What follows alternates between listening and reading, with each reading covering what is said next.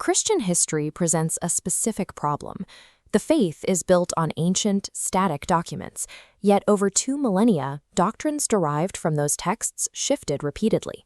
This animated timeline maps that development. The rate of change accelerates after the 16th century, where a single unified trajectory splinters into parallel tracks. These tracks represent entirely different doctrinal interpretations of the same source material, creating a complex historical map. For an academic historian, tracking 500 years of this fragmentation requires a specific lens. The challenge is to trace the evolution of a religion that continues to divide without losing sight of its foundational identity. This divergence follows a specific, detectable mechanism rather than random historical chaos. To understand the modern church, we have to dissect the Protestant approach to theology, a system defined by continuous reinterpretation. There is a common assumption that a person can simply read the Old and New Testaments and bypass the complexities of theology. But the physical text itself contains the starting point of the historical dilemma. Theology is embedded in the text as a requirement for understanding.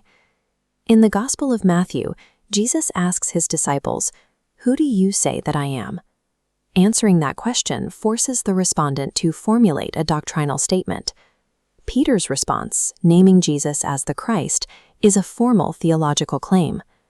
Church history tracks how successive generations construct, debate, and formalize their answers to those foundational questions over time.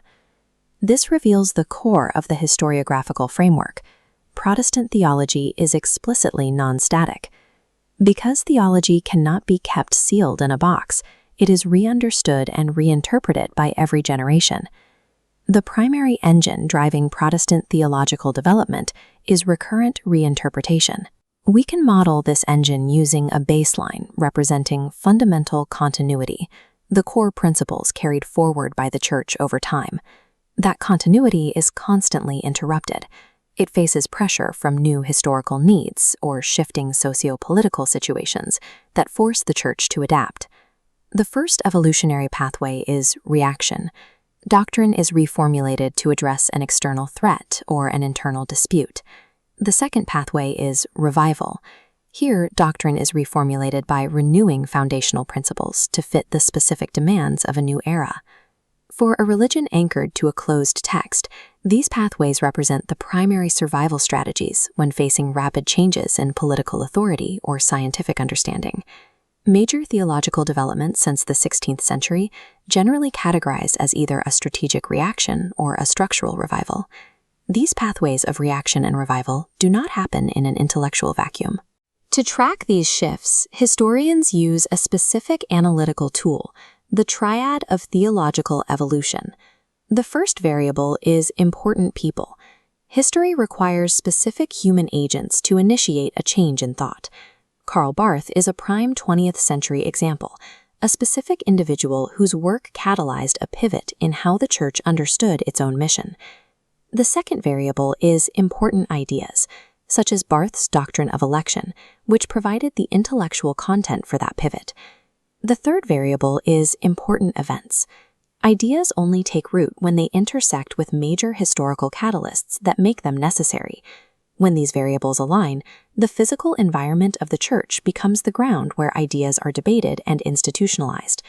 A shift in Christian orthodoxy occurs when the right person, armed with the right idea, collides with the exact right historical event. Academic study often places a hard dividing line at the 16th century Reformation to mark a shift in how theology is documented. The early Church maintained relative unity through its first 7 ecumenical councils. After the 16th century, that model shatters into a scattered spectrum. Martin Luther acts as the explosive catalyst in the triad framework, initiating the break from the early Church model. But Luther's ignition only explains the break. John Calvin provides the necessary counterpart for understanding what followed. While Luther was the origin, Calvin was the systemizer. In Geneva and Strasbourg, he organized this new reality into structured parallel tracks. Calvin's formulations created a reproducible pattern for navigating new historical needs through organized doctrine. Tracking the modern theological landscape requires understanding the downstream effects of Calvin's systematization. We can now apply this framework to the entire landscape of the last 500 years.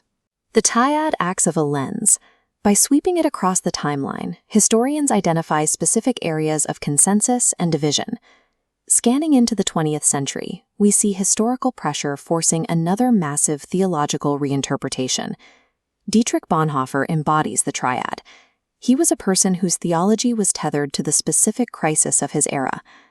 Bonhoeffer's work was a severe reaction to the secular political events of 1930s Germany, illustrating how doctrine reacts to outside history. Whether analyzing 16th century reformers or 20th century martyrs, the triad maps how belief systems adapt to their environment. This historiographical blueprint brings the focus back to the present day. The divisions and traditions within the modern church are not random errors, but carefully constructed historical results. The formulation of Christian thought is tethered to the secular historical events that precede it. By understanding how doctrine evolved in the past, we acquire the tools to decode how contemporary dogma arrived at its current state today.